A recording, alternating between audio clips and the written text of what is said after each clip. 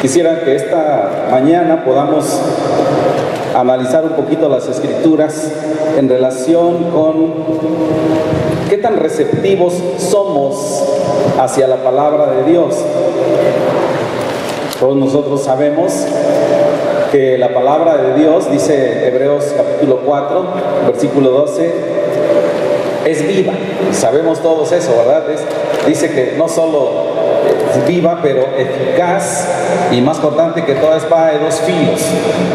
Entonces la palabra de Dios tiene un poder impresionante, tiene un poder transformador. La palabra de Dios puede tocar nuestras vidas y hacer de nosotros seres humanos completamente distintos de antes que le conociéramos.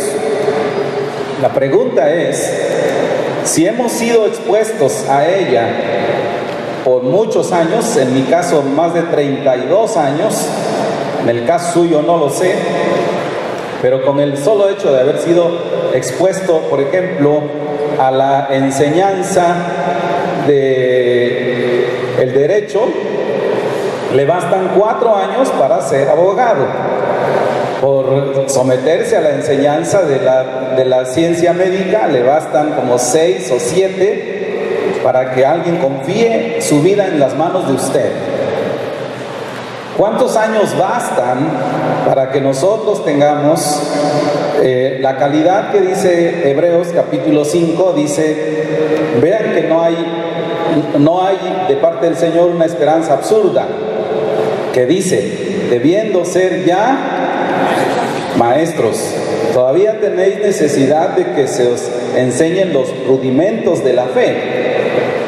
¿Por qué? Si la palabra de Dios es viva y eficaz y más cortante que toda espada de dos filos, ¿por qué si ella tiene el poder para penetrar en nuestras vidas y discernir todo lo que pensamos y decimos?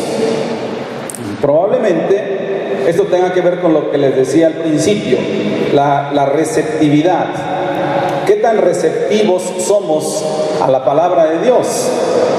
Lucas capítulo 8, versículo 5 dice, el sembrador salió a sembrar su semilla.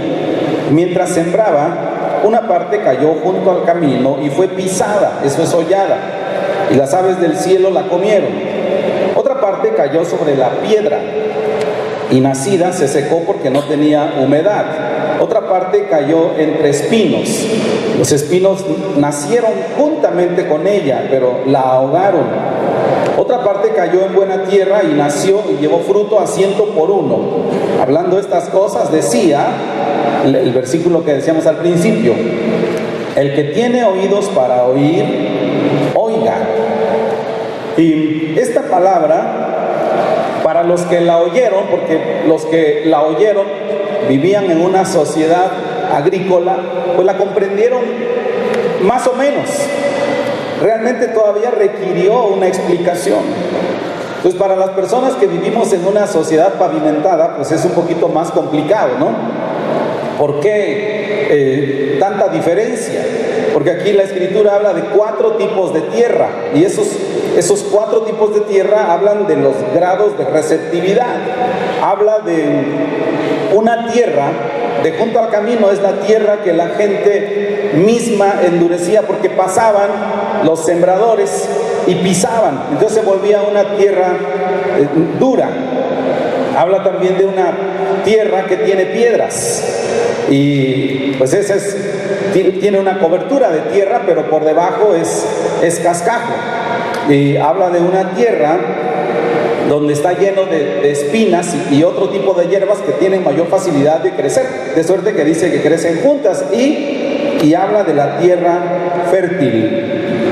Pero hay 2 cosas de las que no habla. Si usted y yo leyéramos otra vez desde el versículo, que no lo vamos a hacer, pero si usted lo revisa otra vez desde el versículo 5 del capítulo 8 de Lucas, del 5 en adelante, usted va a encontrar otra vez que hay 2 cosas de las que no habla. Una que no habla es del sembrador y sus habilidades. En este caso, el sembrador es todo aquel que comparte el evangelio.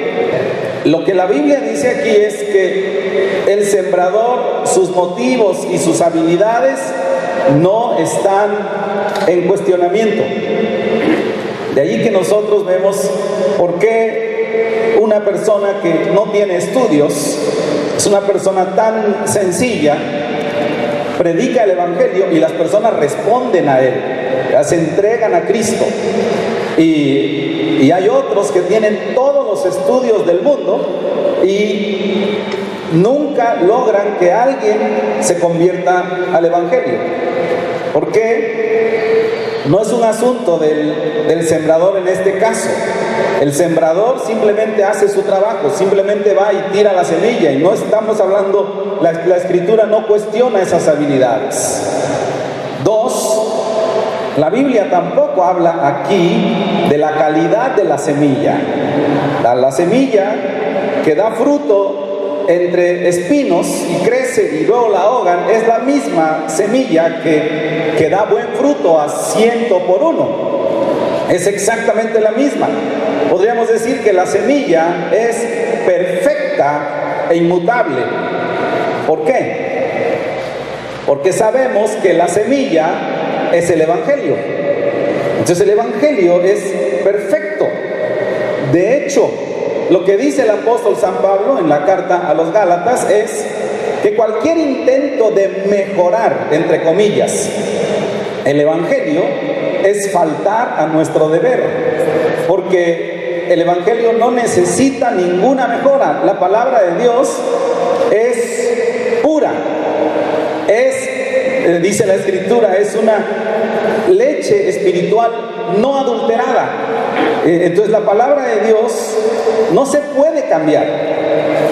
Ahora, vea usted aquí cómo la iglesia, y hablamos de la iglesia en general, no, creo que no, hablamos de algunas iglesias mejor, que intentan mejorar la semilla, intentan sembrar porque dicen necesitamos tener una cosecha enorme, una cosecha de resultados grandes, entonces hay que mejorar esa semilla. Acuérdese, ¿la semilla qué es? La palabra de Dios. La palabra de Dios es el Evangelio. Eso no puede ser cambiado. Apocalipsis dice, cualquiera que le quite o le ponga, esa persona sufrirá esos mismos resultados en su nombre en cuanto al libro de la vida. El Evangelio es inalterable. Pero las iglesias que quieren resultados enormes hacen todo tipo de cambios. Uno, por ejemplo, ¿sabía usted que para algunas personas la cruz o el tema de la cruz o todo lo que la cruz significa es un escándalo? Ellos se asustan cuando hablan de la cruz porque simplemente no es agradable. Para el ser humano no es agradable. Si usted lee el periódico, por ejemplo, dice, lo acabo de leer esta mañana que fui a ver al Bolero, dice ahí, esta sección puede ser nociva para su salud, y se refieren a la nota roja, donde vienen los asesinatos, los robos. El caso es que la gente piensa que hay cosas que son demasiado grotescas, entonces no hay que hablar de ellas, hay que mejorar la semilla. Algunos lo que han hecho es quitar las partes duras del Evangelio o las partes impopulares de ella o de él. ¿Qué sería, por ejemplo, hermanos, ustedes que me pueden ayudar? ¿Qué sería una parte dura, difícil, impopular, desagradable, insoportable para la gente cuando hablamos de la semilla pura e inalterable? ¿Qué creen que es lo que la gente piensa que no está bien? Todos somos pecadores. Ejemplo, todos somos pecadores. A la gente no le gusta oír esos términos. Entonces dicen, las personas cometemos errores, pero la Biblia dice que cometemos pecado y que no nos hacemos pecadores, sino que somos pecadores. ¿Qué le parece a usted, por ejemplo, las partes excluyentes del Evangelio? Vivimos en una sociedad reconocida por ser una sociedad incluyente. No debemos decirle a nadie que está mal, no debemos sacar a nadie de una participación, sea porque es grande o chico, porque es rico o pobre, porque es guapo o feo. ¿Y a quién no le gusta una sociedad incluyente? ¿Verdad? Qué bonito es estar en una sociedad incluyente. Sí, como filosofía parece bueno, pero ¿qué dice la Escritura? Dice la Escritura, por ejemplo, en la carta a los Corintios, una parte que es excluyente. No lo tengo en mis notas, pero los que saben buscar rápido, busquen por favor. Será en 1 Corintios 6:14 o segunda, no me acuerdo en este momento, pero dice: no os unáis en yugo desigual. ¿Con quién? Con los incrédulos.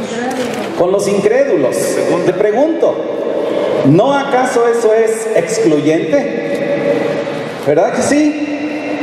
Bueno, el apóstol Pablo dice: si alguna persona viene y no se somete al evangelio tal como lo enseña, dice el apóstol Pablo a Timoteo, tal como se los estamos enseñando, con esa persona ni siquiera se sienten a tomar un café.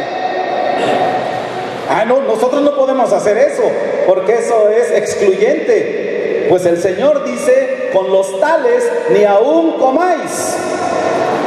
Cualquier persona que se sienta a comer con alguien que no respeta el evangelio ni respeta la iglesia, es una persona que se hace partícipe de las malas obras de aquellos.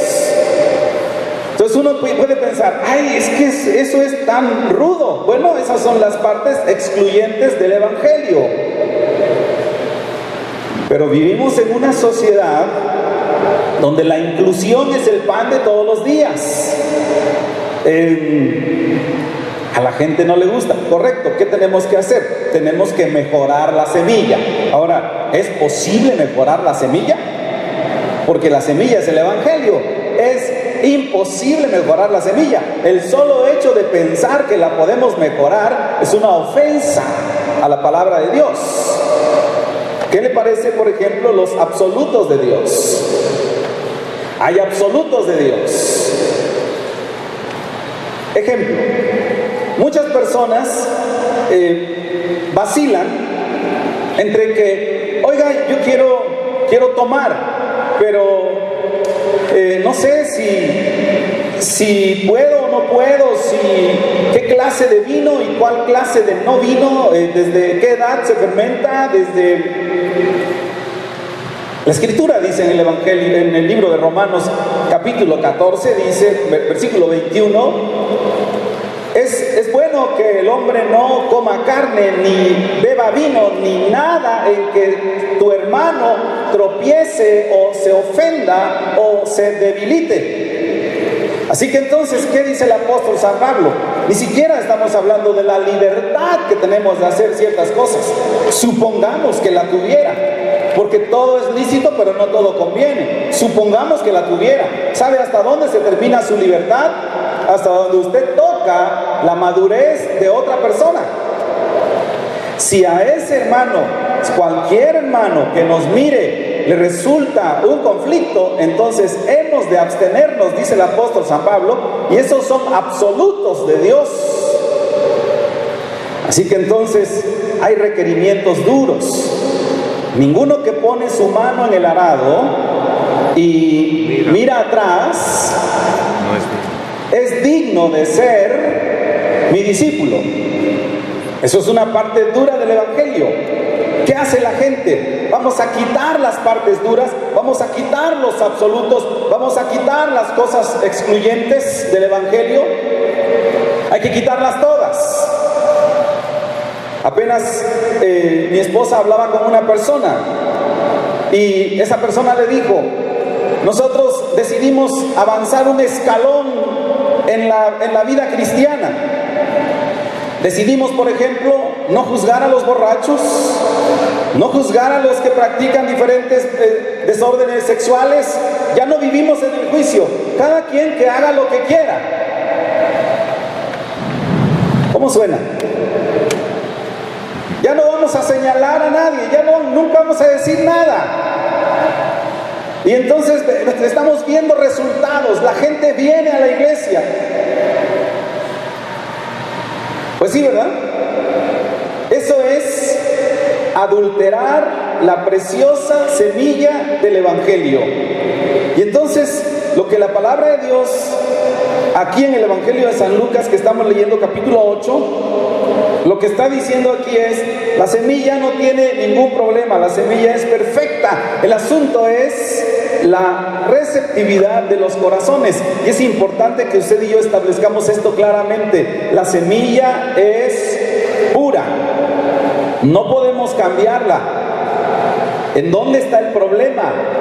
El problema está en el corazón. Versículo 12 de Lucas 8 dice, búsquelo por favor, Lucas 8:12. Dice allí, y los de junto al camino son los que oyen, y luego viene el diablo y quita de su corazón la palabra. Ven, el asunto es el corazón. Quita de su corazón la palabra, para que no crean y se salven. Versículo 15, allí mismo, mas la que cae en buena tierra, estos son los que con corazón bueno y recto retienen la palabra y dan fruto con perseverancia. Ahora vamos a regresar otra vez al principio, porque hermanos, es importante que todos nosotros, sin excepción, nos imaginemos que somos un billete de 500 pesos. Cuando usted lo da ya en los bancos, estos no pasan de a gratis, o sea, los de a 20 pasan sin problema, pero los de 500 los ponen bajo una luz. ¿Quién sabe qué tipo de luz es? Pero esa luz revela si ese billete está bien o no. Así que es importante que todos nosotros nos pasemos por esa luz para saber en dónde estoy yo en cuanto a mi receptividad de la palabra. Porque regresemos más atrás todavía. ¿Por qué la palabra de Dios no está logrando el efecto en las personas tal como ella misma declara que lo haría? La palabra de Dios, les decía, es viva y eficaz. O sea, la palabra de Dios cambia las vidas, las cambia de golpe. ¿De qué depende? De nosotros. ¿Cuántos años tiene usted en el Evangelio? Los años lo han hecho mejor y más sensible para el Señor y para la gente, o lo han hecho más mañoso, más fraudulento, más astuto, como dicen ahora la frase de hoy, más psicópata. ¿Qué ha pasado? Obviamente la palabra de Dios no produce efectos negativos, somos nosotros quienes podemos resistir el trabajo de la palabra de Dios y entonces no sucede lo que el Señor desea. Así que pensemos, debemos poner nuestra vida sobre la luz de la palabra de Dios para que ella nos diga cómo estamos.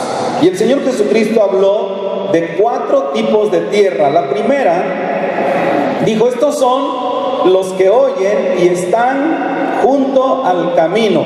Esa es una tierra pisada que se ha vuelto dura. Está tan dura que la palabra de Dios, que es como agua, no puede penetrar porque esa tierra se ha vuelto impermeable. Esta condición es una condición de las más tristes que el Señor describe, porque realmente cuando el Señor habla de ese tipo de tierra, habla de personas que toman la decisión de ser de esta manera. Dice el versículo 12, los de junto al camino son los que oyen, y luego viene el diablo y quita de su corazón la palabra para que no crean y se salven. Éxodo capítulo 32, versículo 9, describe a estas personas como duros de cerviz. En otras palabras, sería como personas con un corazón de concreto, que les podemos hablar una y otra vez y sin embargo nunca hacen caso. Jeremías capítulo 19, Jeremías capítulo 19, versículo 15, dice lo que ha pasado. Dice, estas personas han endurecido su cerviz para no oír mis palabras. ¿Se da cuenta que esa primera condición es una condición deliberada? Es alguien que determina tomar ese posicionamiento. Y dice segundo de Crónicas capítulo 36 versículo 12, algo como eso, refiriéndose a Sedequías. Sedequías era un rey muy joven y muy malo, que dice ahí la escritura que hizo lo malo ante los ojos de Jehová su Dios. Y el versículo 13 dice, endureció su cerviz y obstinó su corazón para no volverse a Jehová, el Dios de Israel. Es decir, deliberadamente endureció su corazón, endureció su voluntad para no arrepentirse. Dijo, no, simplemente yo no quiero, no me importa que me expliquen, no lo voy a hacer, yo creo lo que quiero, hago lo que se me antoja. Y este tipo de personas, la Biblia realmente los describe como necios. Dice el necio, Salmos 14, 1, dice el necio en su corazón, no hay Dios. Yo no tengo ningún problema con eso, no me interesa. Si a Dios le gusta, que le guste, y si no le gusta, que no le guste. A mí no me importa.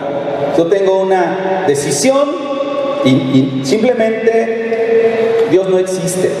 Ahora, eso, lo terrible es que estamos hablando de personas expuestas al Evangelio que probablemente son miembros de una iglesia y que sin embargo tienen este espíritu. Son personas que dice Proverbios capítulo 1 versículo 7, personas que desprecian la sabiduría y la enseñanza. Cuando las personas desprecian la sabiduría y la enseñanza, entonces se convierten en un blanco perfecto para que Satanás, dice Lucas 8, venga y quite la palabra de sus corazones. Una pregunta: ¿cómo quita el diablo la palabra del corazón de la gente? Porque eso es muy importante. Si yo he de apercibirme acerca de eso, es importante que sepa cómo lo hace. Segunda a los Corintios, capítulo 2, versículo 11, es una sentencia preciosa y un llamado, dice ahí el apóstol Pablo, que nosotros no somos ignorantes acerca de las maquinaciones y de los planes diabólicos. Ahora eso uno tiene que pensarlo, ¿verdad? Porque dice Pablo, lo da como un hecho, porque no ignoramos sus maquinaciones. Y yo pregunto, ¿en serio? ¿En serio no ignoramos las maquinaciones de Satanás? Por ejemplo, si usted piensa que la manera en que el diablo arranca la palabra de Dios de un corazón es a través de manifestaciones grotescamente diabólicas, está engañado. No es así como trabaja el enemigo. El enemigo no se le va a manifestar a usted a través de un fantasma en su casa. ¿Qué cosa? Hasta la gente ya ni eso les da miedo, pero algo así terrorífico. Se levanta un muerto de la tumba con huesos ya a la vista y carne desgarrándose, y venga y le diga, ya no vayas a la iglesia. Pues el diablo no hace eso. El diablo, dice el Evangelio de San Juan, capítulo 8, versículo 44, que el diablo es mentiroso, que el diablo es padre de mentira. Esa es su metodología. Segundo a los Corintios, capítulo 11, también muy interesante, versículo 14, dice: no sería ninguna maravilla que para nosotros que Satanás se disfraza como ángel de luz. Así que no es extraño que también sus ministros se disfracen como ministros de justicia, cuyo fin será conforme a sus obras. Así que el enemigo se presenta a través de tantas maneras tan tiernas que generalmente pueden ser hasta personas cristianas que destruyen y afectan la obra de Dios. Y usted dice, no ignoramos sus maquinaciones, sin embargo usted los mira a los ojos y usted no es capaz de discernir que es un ministro de Satanás. ¿Por qué? Por la evidencia. Todo aquel que ataca la obra de Dios es un agente diabólico, ¿o no? Entonces, ¿por qué no somos capaces de discernirlo? Realmente los ministros de Satanás son expertos de las comidas y los cafés. Vamos, te invito a comer, te invito a tomar un café. Y la pregunta que usted tendría que usar su intelecto y su espíritu es, ¿para qué? ¿Para qué? ¿Para qué nos sentamos a eso? Pero muy pocos tienen el valor de parar a alguien y decir, ya estuvo. Usted es un ministro del diablo. Usted no está hablando nada bueno de la palabra, es un ministro satánico. Ya estuvo bueno. Cruz. Pero dice Pablo, no ignoramos sus maquinaciones. Y entonces el diablo trabaja a través de sus ministros para afectar la obra de Dios, tratando de arrancar la palabra, arrancar la pureza de lo que creemos. Número 2, estamos hablando qué clase de corazón soy yo. Número 2, versículo 13 de Lucas 8, dice, los que están sobre la piedra son los que han oído y reciben la palabra con gozo, pero estos no tienen raíces, creen por un tiempo y en el tiempo de la prueba se apartan. Son personas, el segundo tipo de tierra, son personas que responden de inmediato al evangelio, pero sin embargo crece un poquito, pero como no hay raíz, entonces pronto muere. Son personas muy receptivas, tan receptivas que dice la Escritura, reciben la palabra con gozo. Sin embargo, dice que creen por un tiempo. Es decir, cuando hablamos de una persona que cree por un tiempo, la pregunta no es, ¿esa persona se apartará algún día de los caminos del Señor? Esa no es la pregunta. La pregunta es, ¿cuándo se apartará de los caminos del Señor? Porque lo que dice la Escritura es, cree por algún tiempo. ¿Y qué es lo que le aparta? Lo que le aparta es el tiempo de la prueba. Saben, hermanos, nosotros tenemos tantos años en el Evangelio y hemos visto tantas pruebas, terribles pruebas, y sin embargo eso hace que nuestra fe se vaya robusteciendo porque vamos venciendo prueba tras prueba tras prueba. ¿Qué prueba? Yo he visto a tantos. ¿Saben? Una de las pruebas más tremendas, la gente se enoja con Dios porque no respondió a un caso. Mi madre estaba enferma y oramos, ayunamos y Dios nunca la sanó y ahora estoy enojado con Dios. Nosotros hemos visto eso, hemos vivido eso. Nosotros les hemos platicado de nuestro hijo que murió. Hemos vivido eso y seguimos adelante. Mi pregunta para ustedes, ¿por qué se enoja? ¿Por qué se enoja con Dios? Porque no le dio lo que quería. Es que mi empresa de repente no funcionó y se vino abajo y estoy enojado con Dios, estoy muy rabioso con Dios. Pues ese no es problema de Dios. Dios nunca se sentó a negociar con los que usted se sentó. Hasta en el matrimonio, ¿verdad? Y dicen, es que mi matrimonio no funciona, estoy enojado con Dios. Dios le obligó a casarse con ese, que no hasta le advertían, fíjate mi hija, míralo, huele feo, le huele la boca a alcohol. No es alcohol, no es alcohol, no lo juzguen, es la unción. Es un briago, es un flojonazo, se dedica a nada, es un nini. Pues yo lo quiero. Le falla, es infiel, la golpea, le deja. ¿Quién tiene la culpa? Dios. En el momento de la prueba, dice Lucas 8:13, el tiempo de la prueba viene para esa persona y se aparta. ¿Saben, hermanos? ¿Saben una cosa? Todos, absolutamente todos, un día seremos puestos a prueba.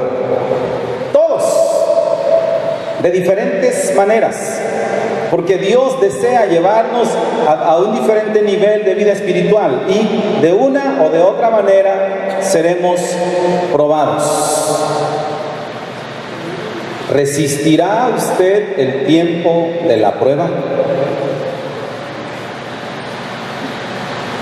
Dice la Escritura en Juan 8:31, si vosotros permaneciereis en mi palabra, seréis verdaderamente mis discípulos. Hebreos 3:14 dice, porque somos hechos participantes de Cristo, con tal que retengamos firme hasta el fin nuestra confianza, ¿de qué? Del principio.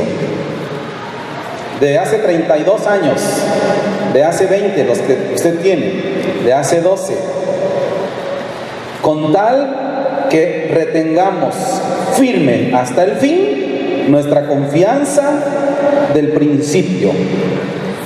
Colosenses capítulo 1, versículo 23. Si en verdad permanecéis fundados y firmes en la fe y sin moveros de la esperanza del evangelio que habéis oído, firmes.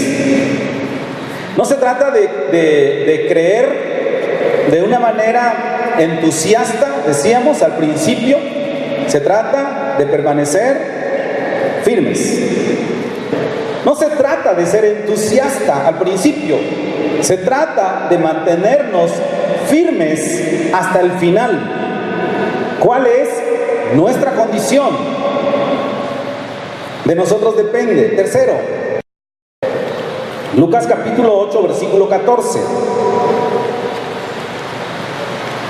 La tercera tierra, la que cayó entre espinos, dice Lucas 8:14, la que cayó entre espinos, estos son los que oyen, pero oyéndose son ahogados por los afanes y las riquezas y los placeres de la vida y no llevan fruto. Marcos capítulo 4, versículo 14, capítulo 4, versículo 19, lo dice de un modo diferente. Aquí dice, los afanes de este siglo, el engaño de las riquezas y las codicias de otras cosas entran y ahogan la palabra y se hace infructuosa. Es decir, la tercera clase de tierra o el nivel de receptividad de nuestro corazón, en este caso, tiene que ver con personas que están muy enamoradas de este mundo. Dice la Escritura aquí, los afanes, las riquezas y los placeres de la vida, los valores temporales de este mundo no permiten que la palabra del Evangelio crezca bonito en nuestros corazones. ¿Qué son todos esos? Placeres pecaminosos, como le platicaba, personas que encuentran todo tipo de justificaciones para embriagarse. ¿Está bien? La Escritura dice, ni siquiera mires el vino cuando rojea. La sidra, dice, es alborotadora.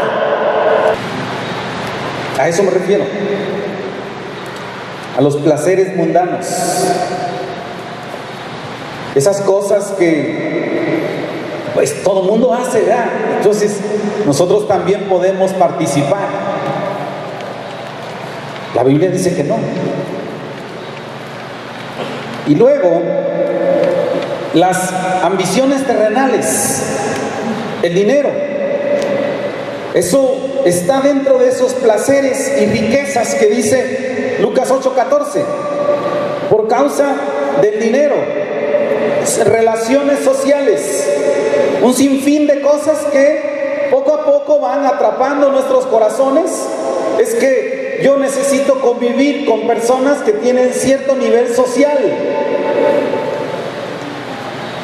De hecho, me pregunto si realmente comprendemos lo que significa eso de un otro nivel social. ¿Sabe usted que en los más altos niveles de recursos financieros se dan los peores o las peores aberraciones entre las relaciones de la gente? Realmente ni siquiera sabemos, pero nos encanta convivir con cierto tipo de personas porque es que tienen cierta clase social. Lo que dice la Escritura es: esas cosas inundarán nuestros corazones hasta que apague la palabra de Dios. Tenemos que decidir seguir firmemente al Señor, dice Santiago capítulo 1 versículo 8, no como un hombre de doble ánimo que es inconstante en todos sus caminos, sino una persona segura de en quién yo he creído. Lucas capítulo 16 versículo 13 parece ser más específico. Dice: ningún siervo puede servir a dos señores, porque va a aborrecer a uno y va a amar al otro, va a estimar a uno o va a menospreciar al otro. No le pueden servir a Dios y a las riquezas. No podemos servirle a Dios y a las riquezas. El afán por las riquezas ha terminado por perder a muchas personas.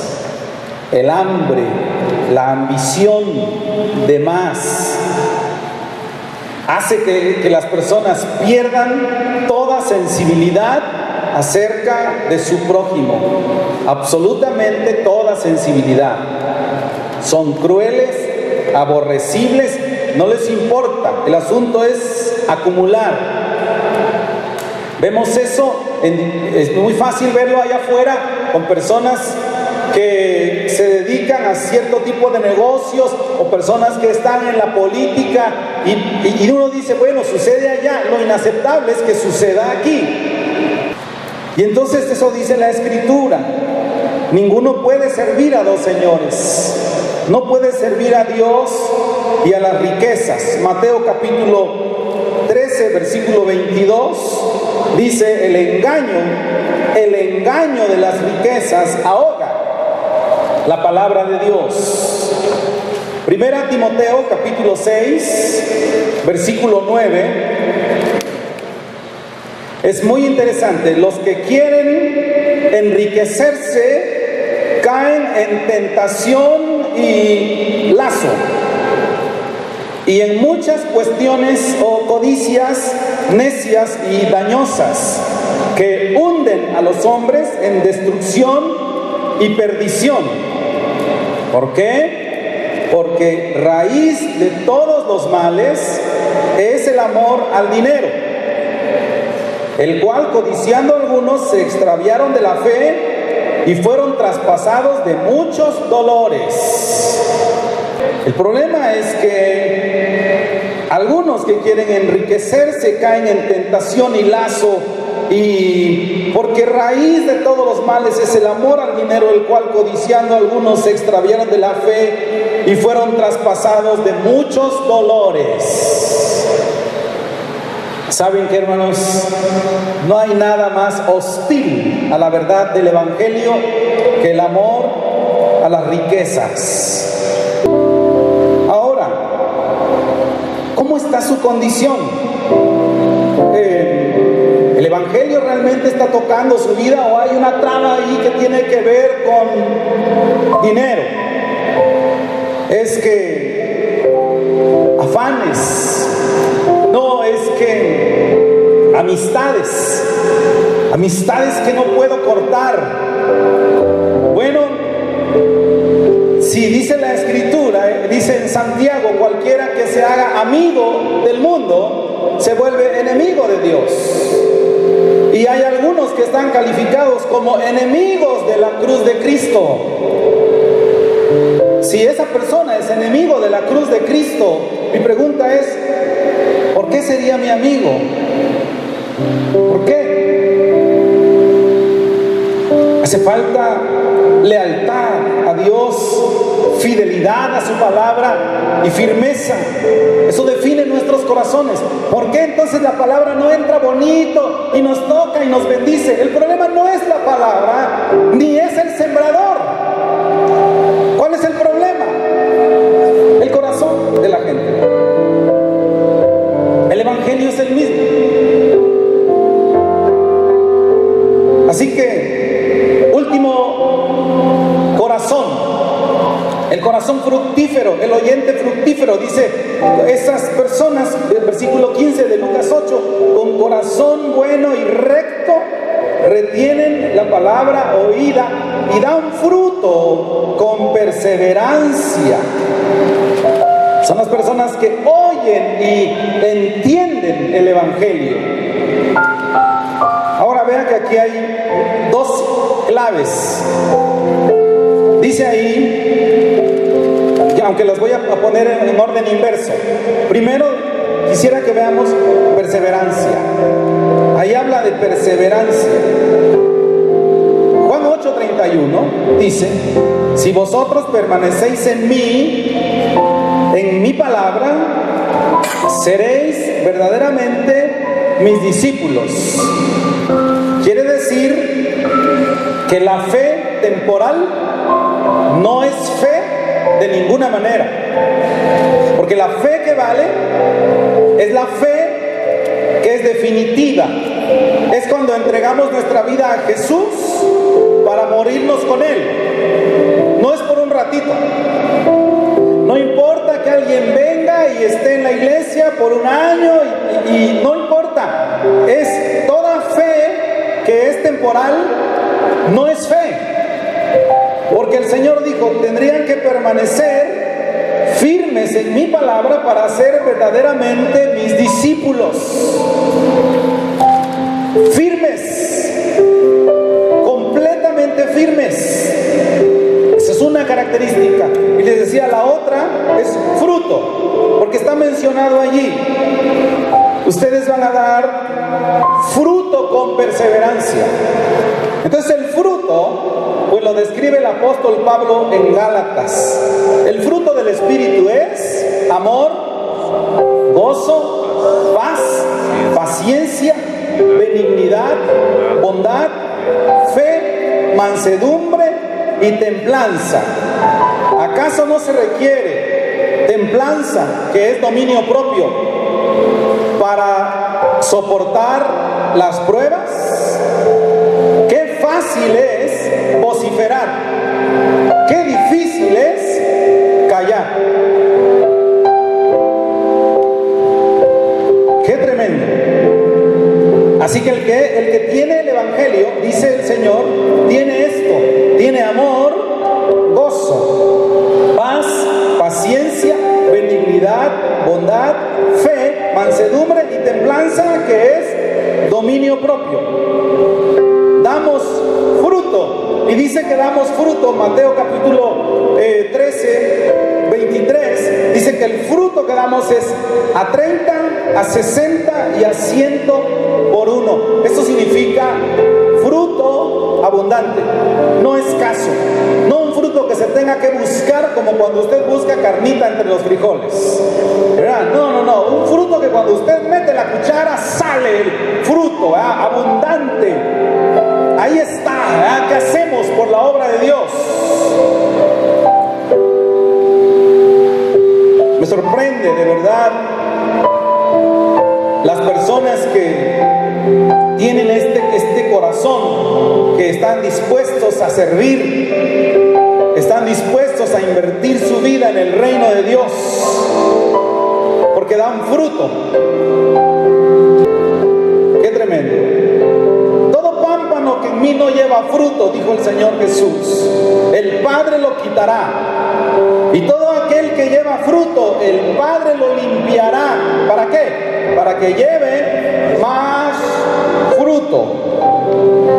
Por eso, Santiago 1:21 dice: reciban con mansedumbre la palabra implantada. Hay un hombre, segundo de Crónicas 12:14. Segundo de Crónicas 12:14. Habla de Roboam. Dice ahí la Biblia que este hombre hizo lo malo porque no dispuso su corazón para buscar a Jehová. Se endureció. Dijo: no, yo no me voy a dedicar a eso. Así que podemos ver que la inversa también puede existir. Yo dispongo mi corazón para la palabra.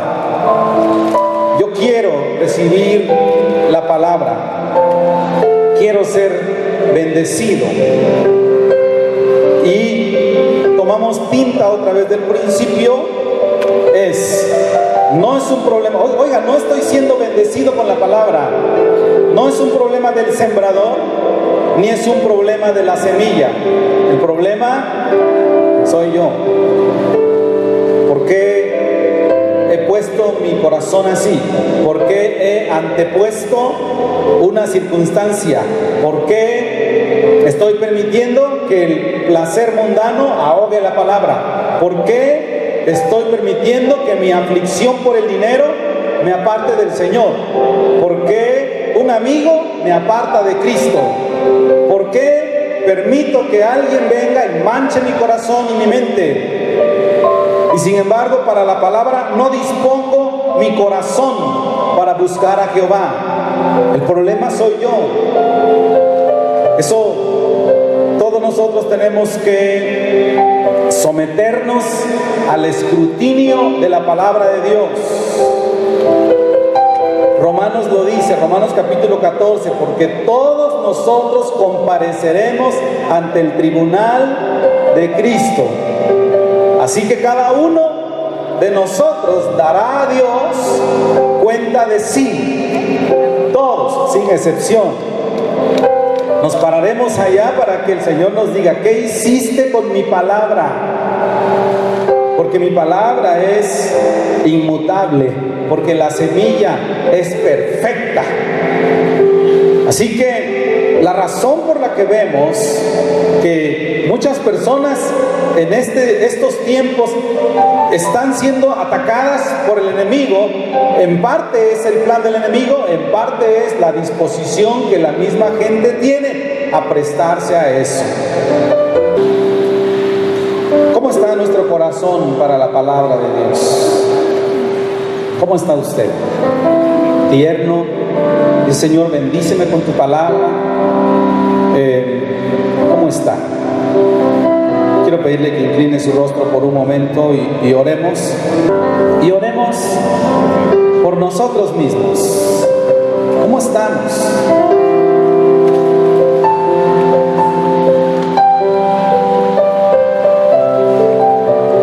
Todos nosotros compareceremos ante el tribunal de Cristo un día. ¿Qué hicimos? ¿Qué hablamos? ¿Cuánto amamos su palabra? ¿Cuánto amamos a la iglesia? ¿Cuánto amamos a nuestros hermanos? ¿Cuán celosos hemos sido o no? Todos nosotros compareceremos ante el tribunal de Cristo. Padre Santísimo.